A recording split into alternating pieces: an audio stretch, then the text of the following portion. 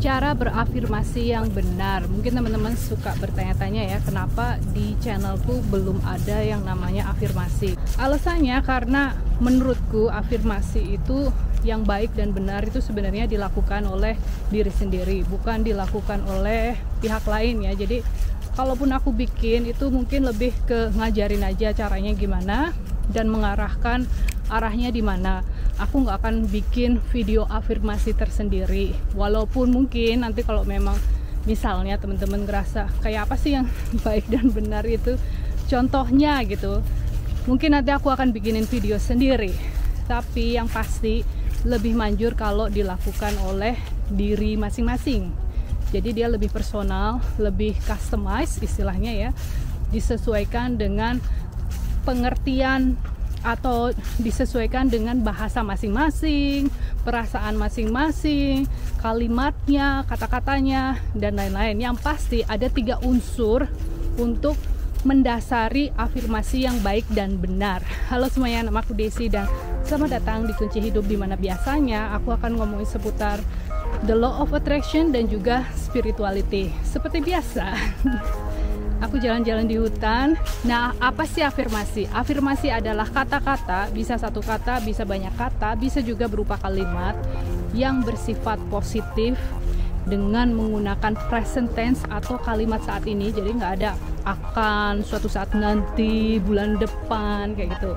Pokoknya now saat ini yang ditujukan untuk memasukkan program baru ke pikiran bawah sadar. Nah, kalau untuk monk atau biksu ya, para biksu biasanya mereka menggunakan prayer beads atau kayak kalau di Indonesia mungkin biasanya dari rudraksa itu loh, mungkin di Indonesia kayak yang buat berdoa itu loh, tasbih ya kali. Dengan menggunakan satu kalimat aja, nggak banyak, dan mereka lakukan kurang lebih 108 kali. Nah, kalau saranku sih 20 kali aja ya. Boleh sih kalau mau 108. 108 itu kan karena mereka tahu bahwa kita memiliki titik cakra di seluruh tubuh kita sebanyak 108 kali ya.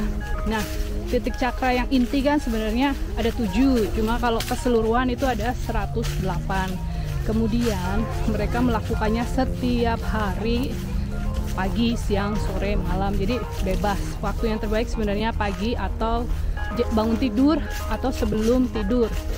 Itu memang waktu yang baik untuk memprogram pikiran bawah sadar kita. What does that mean? I don't know. It's like, I think that's a frog. Or maybe crocodile? What do you think, Kali? I think it's a crocodile. Krokodil. Nah, biasanya mereka sebut juga dengan mantra. Jadi kalau di negara barat mereka bilangnya kan afirmasi. Terus kalau di negara timur mereka bilangnya mantra. Yang pasti keduanya itu betul, terserah lah ya, tergantung kepercayaan masing-masing kan. So ya, kalimatnya itu harus singkat, padat, jelas, dan detail, serta harus menggunakan present tense. Jangan menggunakan tahun ini, tahun depan, bulan depan. Sorry guys, aku sambil mencari jalan. Nah, yang kedua itu adalah harus bisa divisualisasikan kalimatnya itu ya. Misalnya, I love freedom. Freedom itu apa? Karena freedom buat orang itu beda-beda ya. Mungkin buat teman-teman yang saat ini sedang berada di penjara ya, narapidana, freedom itu artinya kan bisa keluar dari penjara kan, atau berada di luar selnya dia, di luar buinya dia itu. Sedangkan freedom buat orang-orang yang saat ini masih bekerja atau pengen mandiri kan, freedom yang dimaksudkan kan adalah freedom secara ekonomi ya, atau keuangan. Nah, mungkin buat orang-orang yang saat ini suka liburan kemana-mana terus karena lockdown dan segala macam, mungkin freedom yang dimaksudkan itu bisa kembali berada di luar sana ya, atau jalan-jalan, traveling dan lain-lain. Jadi harus jelas ketika kita mengucapkan kalimat satu itu, freedom, I love freedom, I love freedom. Ya, freedomnya itu apa? Jadi harus bisa divisualisasikan dan harus jelas yang dimau itu apa. Kemudian yang ketiga, yang paling penting, yang biasanya orang tidak lakukan, pasti kelupaan atau bakalannya di skip. Dan karena hal yang ketiga ini tidak dilakukan, maka nggak akan kesampaian ya. Mau ngomonginnya 1000 kali setiap hari, nggak bakalan kesampaian, yaitu perasaan, feeling is the secret. Tanpa feeling itu nggak akan kemana-mana. Apapun itu sama ya, berdoa juga gitu ya, orang kadang memohon, berdoanya memohon terus ini by the way afirmasi itu sama kayak doa ya.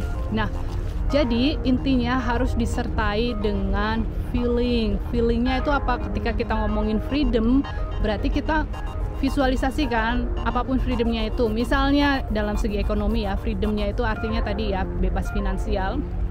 Ya sudah, kita bayangin suasana freedom itu, jadi tagihan itu nggak masalah, nggak punya hutang, belanja itu unlimited credit card. Wow, itu impianku dulu, aku suka banget kayak gitu ya. Jadi pengen punya credit card yang warnanya hitam, American Express hitam, semua lah ya hitam. Terus kemana-mana bawa itu credit card yang hitam, belanja, wow, nice, bayarin ini.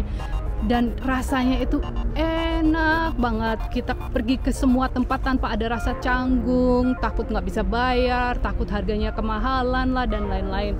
Nah, harus dirasakan di dalam badan perasaan freedomnya itu kayak apa. Harus bener-bener embody it.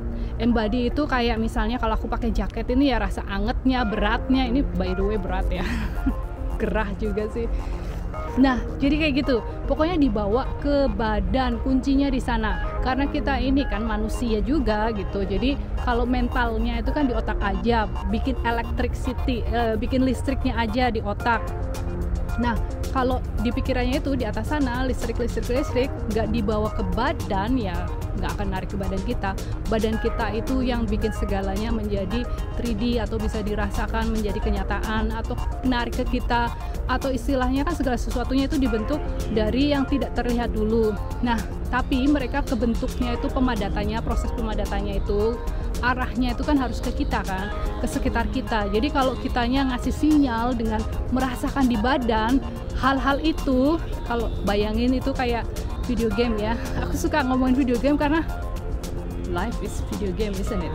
Nah, maksudku jadi dia itu nanti kelihatan jalannya, sinyalnya, kita saling memberikan sinyal kan, kita kayak gitu kan, makhluk yang memberikan sinyal kayak suara ya, kayak do re mi fa sol la si do, kayak gitu ya, synchronize, harmoni. Nah, kita nggak bisa dengar sih hal-hal tersebut, nggak bisa lihat karena mata kita itu sangat terbatas, pendengaran kita juga terbatas. Binatang biasanya range-nya itu lebih tinggi, lebih besar, mereka bisa melihat bencana yang belum akan terjadi, mereka udah feeling duluan, sudah tahu duluan. Kita tuh agak belakangan. Makanya kita harus melatih badan kita untuk ngasih kayak bendera loh, halo, I'm here, hey, atau kode-kode tertentu. Badan kita, DNA kita itu kan memancarkan sinar juga tuh, memancarkan sinar juga. Nah, sinar ini yang akan menjadi direction atau arah buat hal yang kita inginkan, financial freedom itu. So anyway guys, selamat mencoba. Simple, 3 hal aja, singkat, padat, dan jelas, detail. Terus yang kedua harus bisa divisualisasikan di kepala kita ya, mind's eye. Yang terakhir harus bisa dirasakan. Thank you, I love you, and see you next video. Bye for now.